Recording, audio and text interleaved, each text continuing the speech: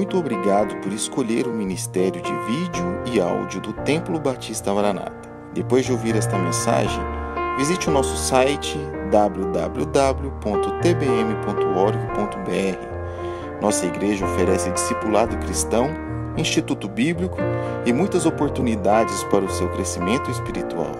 Que Deus o abençoe. Maranata, ora vem, Senhor Jesus.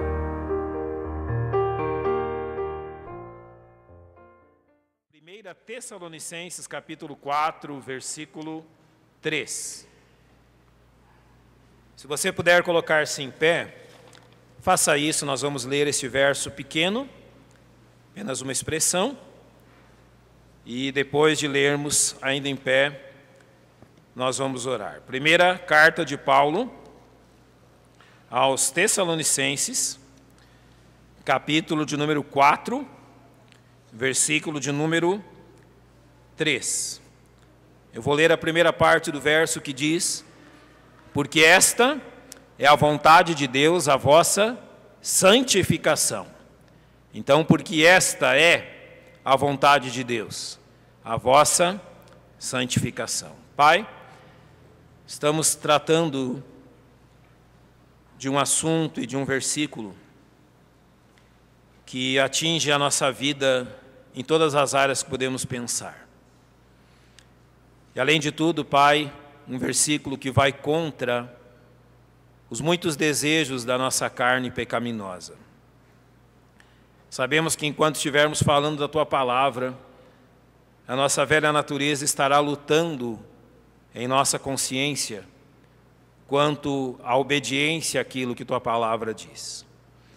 Reconhecemos, ó Pai, que se dermos atenção ao Teu Espírito Santo, Ele será vitorioso neste caso. E por isso, rogamos, Pai, que o Teu Espírito Santo nos abençoe enquanto estudamos esse tema.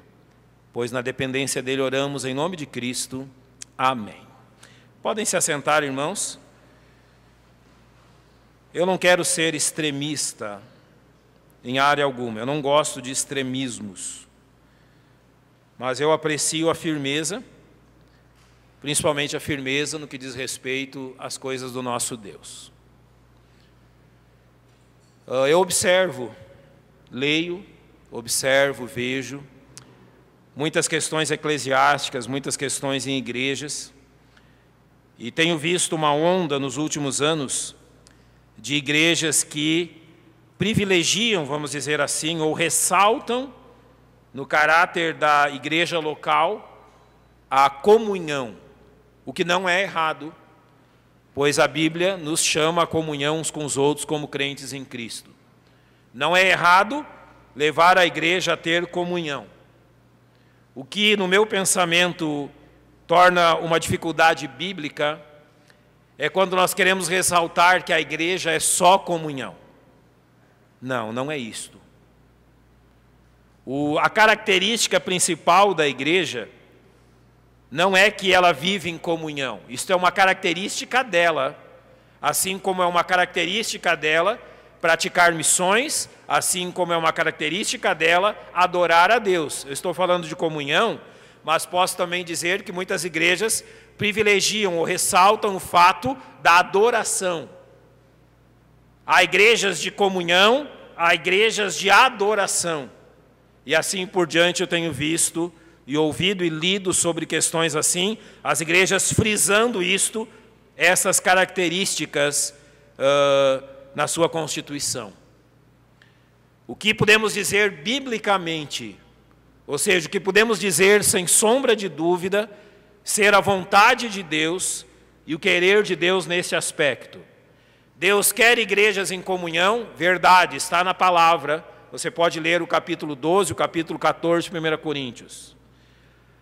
A igreja precisa ser uma igreja que adora, sim. Hebreus diz que usemos as nossas vozes que reconhecem o senhorio e a salvação em Cristo. É verdade. Mas eu creio que é bíblico e da vontade de Deus que a grande marca da igreja seja a santidade. Creio que é bíblico e do querer de Deus que a igreja seja conhecida, sim, pela comunhão, seja conhecida pela adoração, mas principalmente seja conhecida pela santidade dos seus membros. Santificação, é o que temos lido aqui, é a vontade de Deus para nós.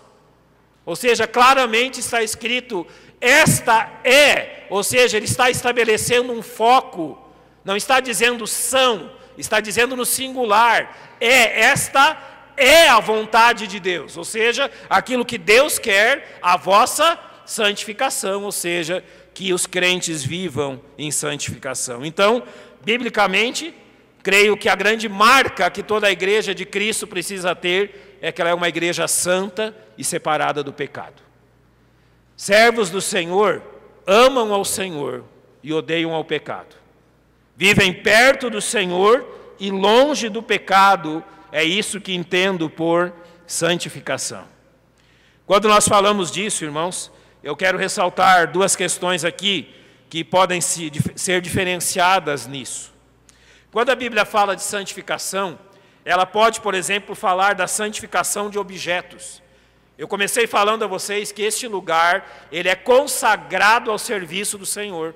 Esse lugar, se ele tiver que ser usado para outra coisa, nós o derrubamos.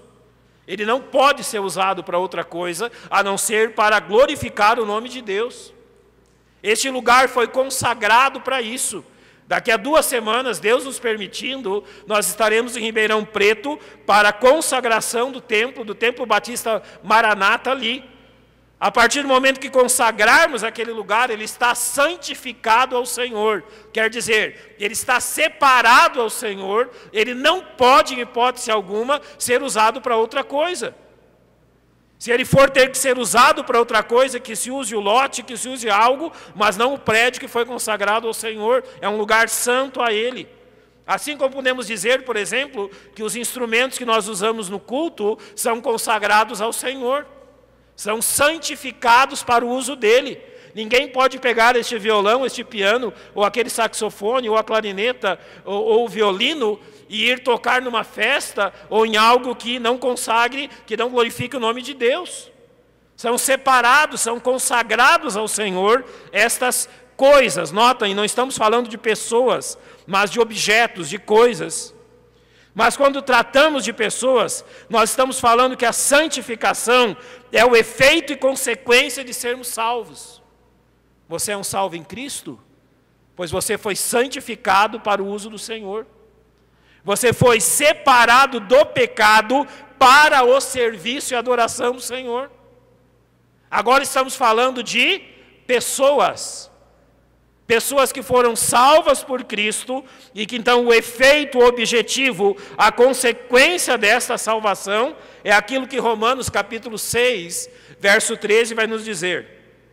Nem tampouco apresenteis os vossos membros ao pecado por instrumentos de iniquidade, mas apresentai-vos a Deus como vivos dentre os mortos, e os vossos membros a Deus como instrumentos de justiça. Do que esse texto está falando? Está falando das nossas mãos, está falando da nossa língua, está falando dos nossos ouvidos, está falando dos nossos pés, está falando de todo o nosso corpo. Uma vez que fomos comprados por bom preço, então é imperativo que o nosso corpo seja usado para a justiça de Deus e para a glória de Deus. Isto é santificação. Que aquilo que Ele comprou, notem, eu vou repetir isso, aquilo que Jesus Cristo comprou com o seu sangue, Ele na cruz do Calvário pagou o preço da minha redenção. Ele me comprou do reino das trevas para o serviço dele. Quando eu digo que sou santificado, eu estou dizendo que eu sou separado para isto. E você também. Então tenha isso em sua mente. Somos completamente separados para o Senhor. Que resultado isso traz em nosso coração? Isso quer dizer que nós precisamos lutar contra o nosso apego ao pecado e ao mundo e viver pelo novo princípio que nos conduz. Fui comprado por Cristo. Isso significa que o meu apego ao pecado deve estar submisso à minha obediência a Ele. Qual instrumento Deus usará para com isso? João 17:17 diz: santifica-os na tua verdade, a tua palavra é a verdade.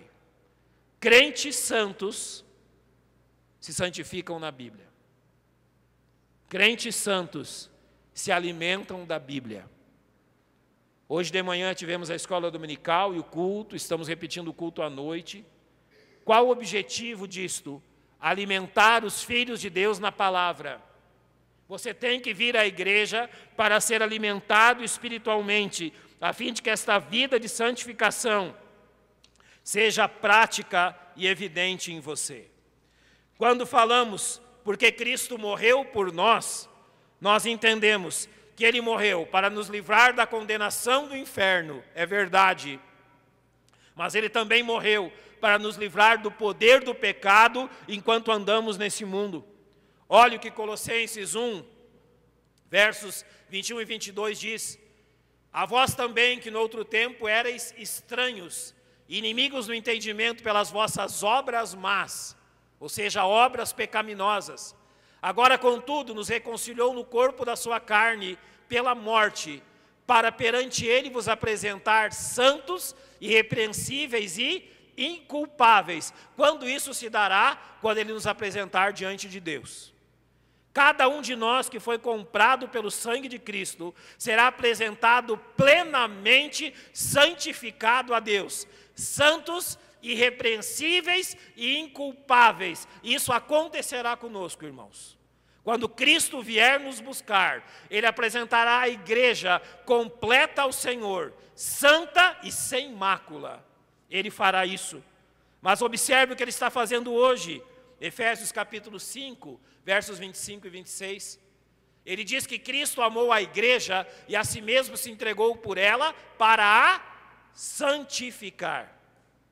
Então Deus está trabalhando em nossas vidas, em nossa igreja hoje, para nos santificar com a lavagem da água pela palavra. É isso que Ele está fazendo. Então eu quero dividir aqui este assunto em duas questões. Eu quero tratar da nossa santificação em relação à nossa salvação e quero tratar da nossa santificação em relação ao nosso testemunho. Por que tratarei da questão da santificação quanto à salvação?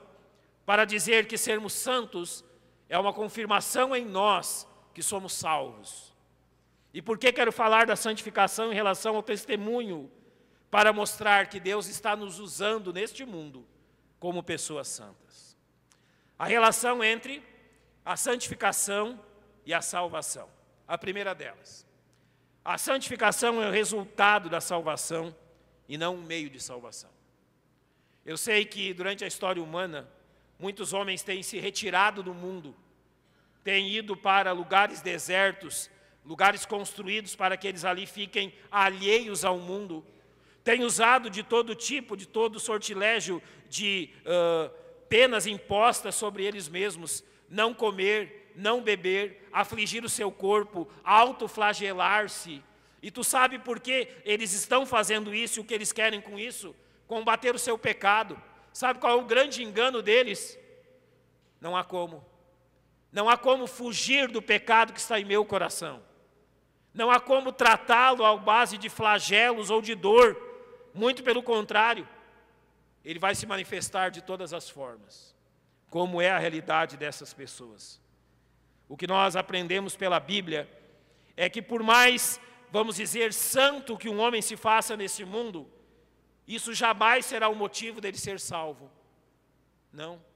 Você pode se separar de todo tipo de pecado e de podridão desse mundo, mas essa não é a razão da sua olha o que Romanos 3:28 diz, que o homem é justificado pela fé sem as obras da lei. Não há nenhuma obra que você possa realizar para adquirir a salvação. Não há nenhum tipo de limpeza em sua vida que você possa realizar para ser realmente digno da salvação. A santificação é o resultado da salvação e não a razão dela. Você já pensou por quê?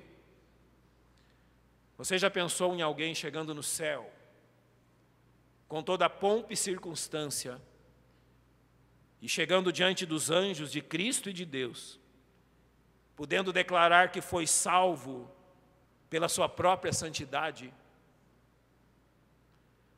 Você, quando lê 1 Coríntios, capítulo 1, Paulo nos manda reparar na nossa vocação. E ele diz ali que não são poderosos, não são os ricos, não são os sábios, aqueles que alcançam a salvação. Ou seja, não é por aquilo que o ser humano pode fazer, mas por aquilo que Cristo fez por ele. Então, em primeiro lugar, tenha isso em mente. A santificação é consequência da salvação. Em segundo lugar, a santificação somente existirá naqueles que nasceram de novo. É impossível exigir santificação de um homem incrédulo. É impossível exigir santificação de alguém que não creu em Cristo. É impossível haver qualquer tipo de santificação em alguém que não nasceu de novo. Não há como haver qualquer aspecto de santidade num homem que vive ainda em seus delitos e pecados. É preciso nascer de novo para que então a santificação se faça presente. Olha o que 1 João 3,9 diz. Qualquer que é nascido de Deus não permanece em pecado, porque a sua semente permanece nele, e não pode pecar, porque é nascido de Deus. Aqui, quando ele diz que não pode pecar, ele está usando a expressão, não pode viver no hábito do pecado. Porque viver no hábito do pecado é a característica daquele que não conhece Cristo. Você conhece o homem que não conhece Cristo? Ele jamais será um homem santo. Ele jamais, nem ao menos, desejará se afastar do pecado. Ele jamais será como aquele que nasceu de novo. Olha o verso 6 do mesmo capítulo. Qualquer que permanece nele não pratica o pecado, ou seja, não tem a prática do pecado, o hábito do pecado. Qualquer que permanece em pecado não o viu nem o conheceu. Se um homem só sabe pecar, esse tal não conhece Cristo. Se um homem só sabe o que é pecar e viver em pecado, e o seu coração ama o pecado mais do que qualquer outra coisa, é porque ele jamais conheceu o novo nascimento e a salvação em Cristo Jesus. Qualquer que permanece no hábito do pecado, não viu a Jesus Cristo e não conhece Jesus Cristo. Não se engane. Vou usar aqui um exemplo disso.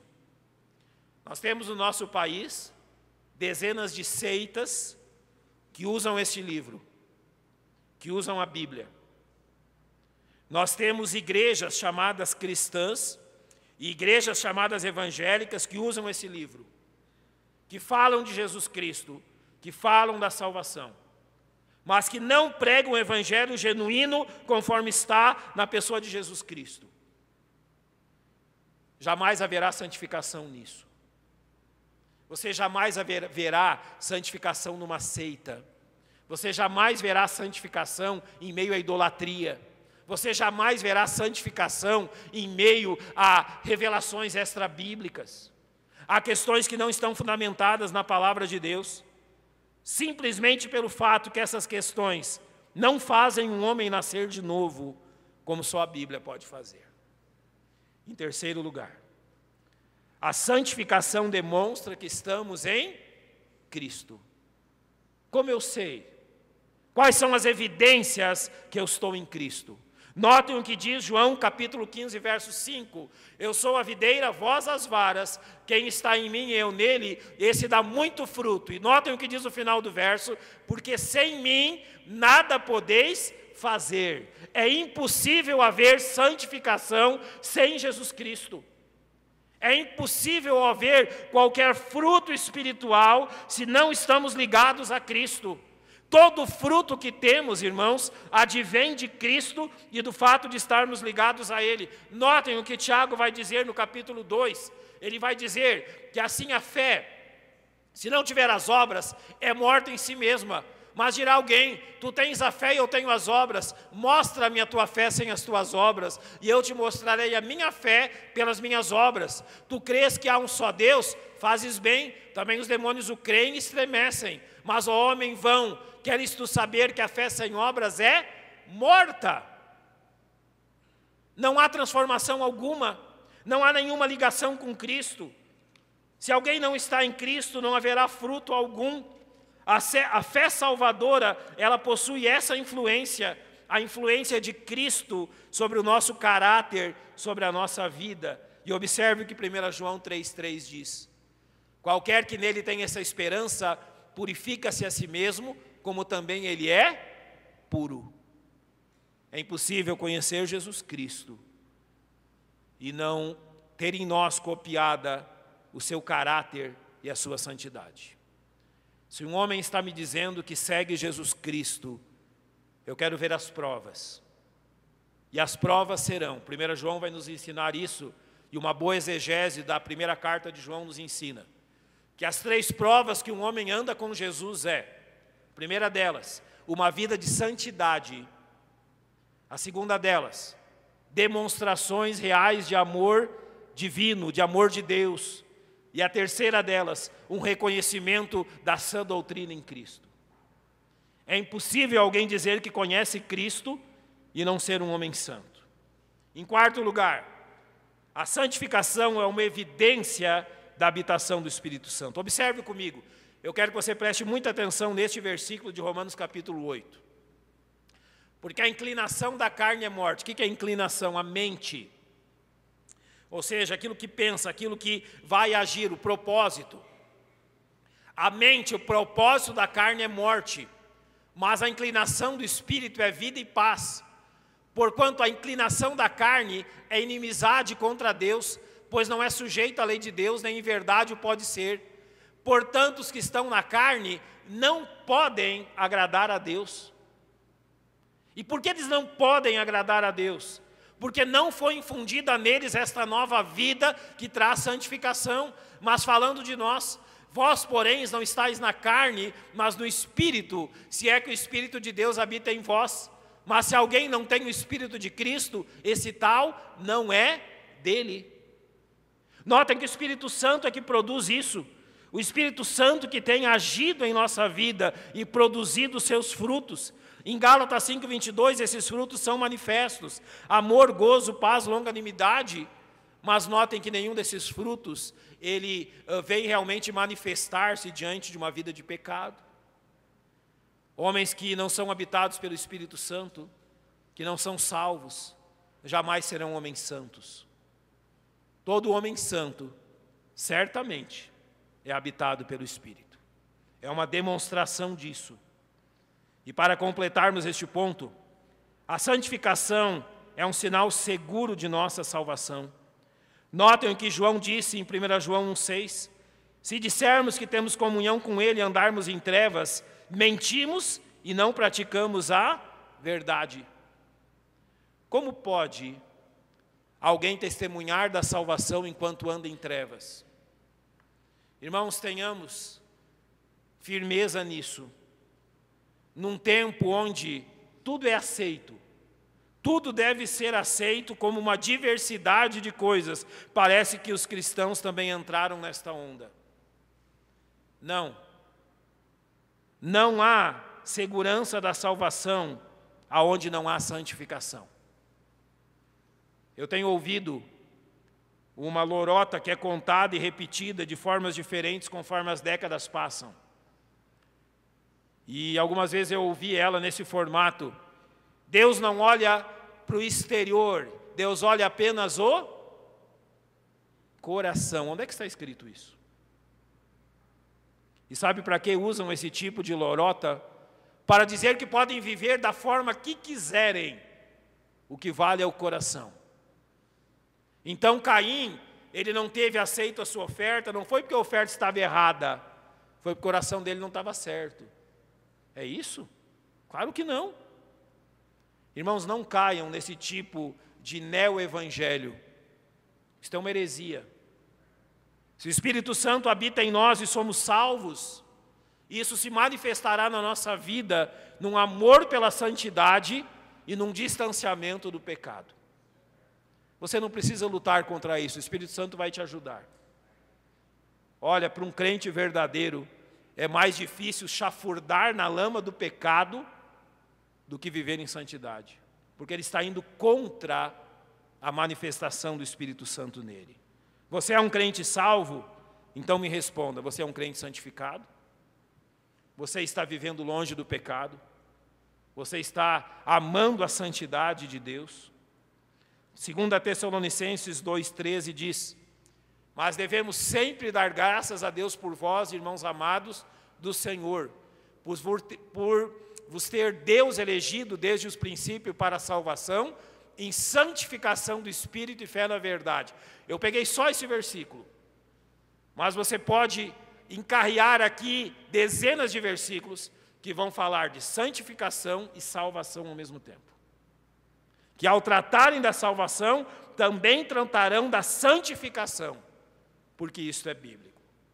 Tendo falado isso, que a santificação é uma demonstração segura da nossa salvação, eu quero também dizer que há uma relação entre a santificação e o nosso testemunho. Agora eu quero então agir na forma prática das questões da nossa vida. E quero falar de como o nosso testemunho ele é impactado pela nossa santificação. Primeira questão que eu quero dizer é que a santificação é algo que não pode ser escondido, mas sempre será visível. Você conhece bem o texto de Mateus 5,13, observe ele. Vós sois o sal da terra, se o sal for insípido, com que se há de salgar, para nada mais presta, senão para ser lançado fora e ser pisado pelos homens.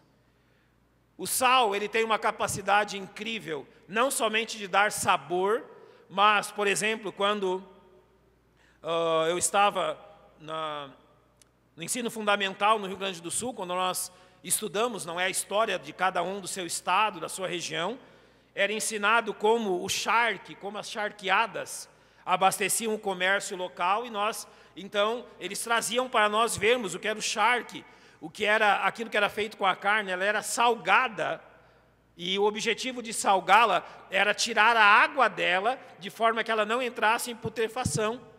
Então o sal tem uma propriedade muito mais do que dar sabor a algo. O sal, ele preserva da podridão. Esse é o objetivo dele. Quando diz aqui que nós somos o sal da terra, ele está usando essa propriedade para a nossa vida, dizendo que os crentes, e ouça isso com atenção, os crentes, os filhos de Deus, são aquilo que impedem que esse mundo adentre na mais severa podridão. Este mundo só não está pior do que está pela presença dos filhos de Deus nele. Os filhos de Deus têm preservado o mundo, tal como o sal preserva a carne, de uma completa putrefação. Sabe o que vai acontecer quando a igreja for retirada e este mundo adentrar na grande tribulação, no tempo tribulacional? Não haverá mais freios. Esse mundo poderá fazer o que bem quer, o que bem entende. Eu não vou entrar na questão política e nem partidária, mas eu tenho olhos e ouvidos, leio e escuto, e eu percebo como, em algumas áreas da sociedade do nosso país, citar sobre, não usando a palavra santificação, eles usam outras palavras como tradicionalismo, fundamentalismo e coisas assim, citar coisas que mantêm a moral e os bons costumes ofende tanta gente. É interessante observar isso. Eu nunca pensei que as pessoas seriam ofendidas pelos bons costumes. Nunca pensei que as pessoas seriam ofendidas por uma moral elevada, mas é o que está acontecendo no nosso país, infelizmente. Pessoas se ofendendo ao ser falado daquilo que é moral e certo pela palavra de Deus. Não é de se estranhar. Realmente eles querem que o mundo apodreça completamente. Além de ser o sal da terra, ainda o texto continua dizendo que vós sois a luz do mundo. E é interessante essa expressão. O próprio exemplo que Jesus usou. Ele fala sobre uma lâmpada, um candeeiro colocado debaixo de uma escada, não há razão nisso. Ele é colocado para iluminar. E não sei se você já teve essa experiência. Quando eu vinha do oeste do Paraná em direção a Londrina, eu passava por Maringá, então numa certa, mais ou menos 90 quilômetros entre as duas cidades. Quando eu passava um pouco de Maringá, você podia ver Londrina sobre um monte, num lugar alto. Se nós vínhamos à noite, não havia como errar aquela cidade. Ela estava visível. Mas você já pensou em construir uma cidade numa localização dessas para escondê-la? Não teria sentido. Assim como não tem sentido Deus salvar a nossa vida para que não sejamos luz nesse mundo. Certa vez aconteceu isso comigo, foi até cômico. Eu estava indo fazer uma visita e era no final da cidade.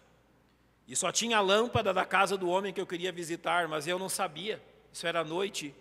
Eu mirei a lâmpada e fui seguindo, mas não sei por que patavinas, alguém abriu um tremendo de um buraco na rua. Eu acho que era por esgoto ou alguma coisa, e quando eu vi, eu já estava atolado até o pescoço dentro do buraco. Salvei só a Bíblia eu consegui colocar para fora. Não pude ir na casa do homem, e tive que voltar para minha casa pelas ruas mais escondidas. Mas sabe, eu só tive noção de quão sujo eu estava quando eu me aproximei do primeiro poste de luz. Para mim, eu havia me sujado um pouco, mas conforme eu chegava perto daquela luz, eu ia vendo o quê? Eu estava imundo. Agora pense naquilo que acontece nesse mundo. Sabe quando que as pessoas percebem a luz? Em meio às trevas. É a luz que demonstra que há trevas. Eles jamais saberiam que há trevas se não houvesse a luz. E a luz demonstra a podridão deste mundo, e esse é o nosso alvo, através do nosso testemunho de santificação, preservarmos este mundo da podridão e demonstrarmos quão sujo ele é nesta questão. Em Mateus capítulo 7, Jesus usa a expressão, pelos seus frutos os conhecereis. Sim, nós somos conhecidos pelos nossos frutos, os frutos de santidade. É por isso que a igreja precisa ser conhecida. Em segundo lugar, a santificação é algo que admite crescimento. É claro que 1 Pedro 1,16 diz, sede santos porque eu sou santo. Definitivamente Deus é santo. Mas observe o que 1 Tessalonicenses 4,1 ensina. Finalmente, irmãos, vos rogamos e exortamos no Senhor Jesus, que assim como recebestes de nós, de que maneira convém andar e agradar a Deus, assim andai, para que possais progredir cada vez mais. A santificação, amado irmão, nela não há um limite. Nós podemos prosseguir em sermos santos nesse mundo, em diversos aspectos da nossa vida. Nós nunca nesse mundo vamos encontrar uma barreira ou um limite quando possamos dizer, olha, já sou santo o suficiente. Jamais. A santificação deve ser progressiva na nossa maneira de viver. Realmente algo demonstrável em nosso testemunho. Em terceiro lugar, a santificação não impede que o crente prove de intenso conflito espiritual interior. Eu não quero que você saia daqui nesta noite pensando, olha, então a santificação é a solução para as dores da minha consciência, para os problemas que enfrento. Não. Ser santo não impede que você tenha que continuar lutando. E talvez eu tenha que lhe dizer o seguinte, quanto mais santo você for, mais lutas você terá. Quanto mais santificado você for, mais diferente desse mundo você será. Quanto mais santificado você for, mais notado você será, porque é diferente. Quando eu morava no norte do país, a seca lá parece ser mais forte que aqui é de Goiás, e realmente torna tudo cinza. Aquele pó fino que cobre aquela região do norte do Mato Grosso, e em determinadas épocas do ano, cobre simplesmente tudo. Tudo fica cinza, tudo fica como morto. Então, um certo dia, alguém me deu uma muda de uma árvore de acerola, ela já estava grandinha. Eu plantei na frente de casa, naquela época seca, e eu fui aguando todos os dias aquela planta. Depois de algum tempo, quando a seca estava no seu auge, eu notava que as pessoas passavam em frente de casa e, invariavelmente, todas viravam o rosto para olhar para a árvore. Sabe por quê? Porque era a única coisa verde em toda aquela rua. Tudo estava cinza e morto, mas aquela árvore aguada, cuidada, demonstrava a sua vida. Agora, se você perguntar, Se ela não sofreu para chegar nesse ponto, claro que sim. Ela teve que lutar contra a seca, precisar ser aguada para demonstrar a sua diferença. Mais santo que você seja, por mais diferença que você faça, as lutas não desaparecerão. Olha o que diz Gálatas 5,17. Porque a carne cobiça contra o espírito, e o espírito contra a carne, e estes opõem-se um ao outro, para que não façais as coisas que quereis. Posso usar um exemplo sem te desanimar? Orar é bom? Orar é uma coisa santa? Você já pecou enquanto orava? Louvar a Deus é bom? Louvar a Deus é uma coisa santa? Você já pecou enquanto louvava a Deus? Ler a Bíblia é bom? Ler a Bíblia é uma coisa santa? Você já pecou enquanto lia a Bíblia? Evangelizar é bom? Evangelizar é santo e bíblico, sim. Você já pecou enquanto evangelizava? Você nunca vai se ver livre desse inimigo. E mesmo que você faça as melhores coisas, ele sempre estará ali. Romanos capítulo 7 diz: porque segundo o homem interior tenho prazer na lei de Deus, mas vejo nos meus membros outra lei, que batalha contra a lei do meu entendimento e me prende debaixo da lei do pecado que está nos meus membros. Essa luta só terminará no dia em que Cristo Jesus vier nos buscar. Por mais santo que você seja, a luta sempre existirá. Em quarto lugar, eu tenho apenas mais duas coisas. A santificação é um testemunho eficaz de nosso caráter cristão. Notem o que Paulo disse a Tito, no capítulo 1, verso 16. Confessam que conhecem a Deus, mas negam com as suas obras, sendo abomináveis e desobedientes e reprovados para toda boa obra. Sim, muitos confessam com seus lábios que conhecem a Deus, mas negam com as suas obras, pois a santificação é um testemunho eficaz de que realmente conheço Cristo e estou vivendo por Ele. Eu quero que você preste atenção na oração sacerdotal de Cristo em João 17, aquilo que Ele vai orar por mim e por você. Sim, nesta oração Ele está orando por mim e por você. E olhe o que Ele pede por nós. Não peço que os tires do mundo. Notem a consciência dele a respeito disso. Ele não pede que nós sejamos afastados desse mundo, mas que o mundo seja afastado de nós, que os livre do mal. Ele não nos tirará deste mundo pecaminoso, mas Ele está tirando o pecado do nosso coração. Eles não são do mundo, como eu do mundo não sou. Por isso, santifica-os na tua verdade, a tua palavra é a verdade. Assim como tu me enviaste ao mundo, também eu os enviei ao mundo, e por eles me santifico a mim mesmo, para que também eles sejam santificados na verdade. Você já prestou atenção aonde ocorre a santificação de um crente? Num mundo cheio de pecado. Quando há tratamentos psicológicos para alguns vícios, uma das medidas é afastar a pessoa daquilo que ela mais deseja. Por exemplo, se é feito um tratamento também nas questões orgânicas, não somente psicológicas, com alguém que está enfrentando o problema do alcoolismo, o que é feito com essa pessoa? Ela é afastada do alcoolismo, de tudo aquilo que vai intensificar o seu desejo. Notem, nós estamos sendo santificados em pleno terreno inimigo. Sim, estamos sendo santificados em pleno terreno do pecado. É aqui que a nossa vitória é conquistada, em meio a este mundo pecaminoso, como santos no mundo. E para terminar, por que isso é tão importante no nosso testemunho? Porque a santificação está nos preparando para o céu. Eu quero terminar com isto. Você já pensou no que existe no céu? Vamos pensar um pouco sobre isso. O céu é a morada do Senhor. Jesus Cristo está lá. Você já pensou nas pessoas que estão agora no céu? Foram compradas pelo sangue de Cristo. homens dos quais o mundo não era digno, como disse Hebreus.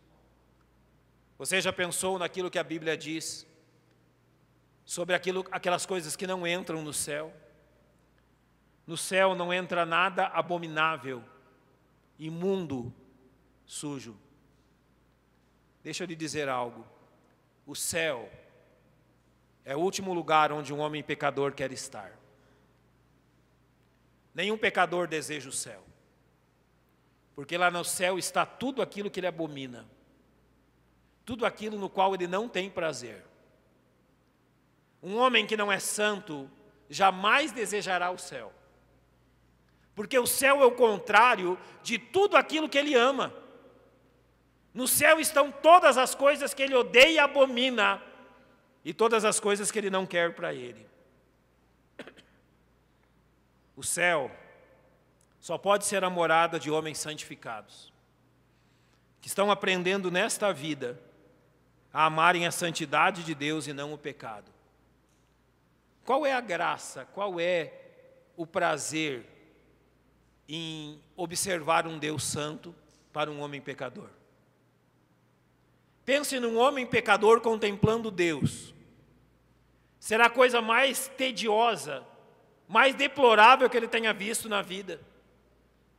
Agora pense em alguém que foi resgatado por Cristo e está sendo ensinado a ser santo, contemplar a santidade de Cristo e de Deus. A santidade, irmãos, nos prepara para o céu. Então preste muita atenção nesse versículo. Segui a paz com todos e a santificação, sem a qual ninguém verá o Senhor. Esse versículo foi compreendido? Ninguém. O que é ninguém? Segui a paz e a santificação, sem a qual ninguém verá a Deus. Você entende quanto isso é importante? Completando, qual o resultado disso? João capítulo 3, versos 19 e 20 dizem: a condenação é essa, que a luz veio ao mundo e os homens amaram mais as trevas do que a luz, porque suas obras eram más. Porque todo aquele que faz o mal odeia a luz e não vem para a luz, para que suas obras não sejam reprovadas. Todo aquele que não conhece Cristo, não ama a santidade, não deseja a santidade e não deseja se aproximar da luz, porque na luz está tudo aquilo que ele não quer. Amam mais as trevas do que a luz, fazem o mal e odeiam a luz, não vêm para a luz, para que as suas obras não sejam definitivamente reprovadas. Isso é o contrário de santidade. Isso é o contrário daquilo que o verso 21 diz. E fala assim: mas quem pratica a verdade vem para a luz, a fim de que suas obras sejam manifestas, porque são feitas em Deus. É a isso que Deus nos chama. A santidade de vida, a santidade prática, jamais nos trará qualquer prejuízo. Andar na luz de Deus jamais nos prejudicará. Nos afastar do pecado e durante a nossa peregrinação nesse mundo, viver como peregrinos e forasteiros, longe das coisas pecaminosas, não nos trará nenhum prejuízo. Pelo contrário, confirmará quem somos. Filhos de Deus que andam debaixo da sua luz. Mas permita-lhe dizer algo. Se você ainda está nos versos 19 e 20, amando as trevas e o pecado, que direito você tem de dizer que é um salvo em Cristo? Seguir a paz e a santificação, sem a qual ninguém verá o Senhor. Ser santos importa? Acredite, é a coisa que mais importa nesse mundo. Vamos fechar os nossos olhos, vamos orar.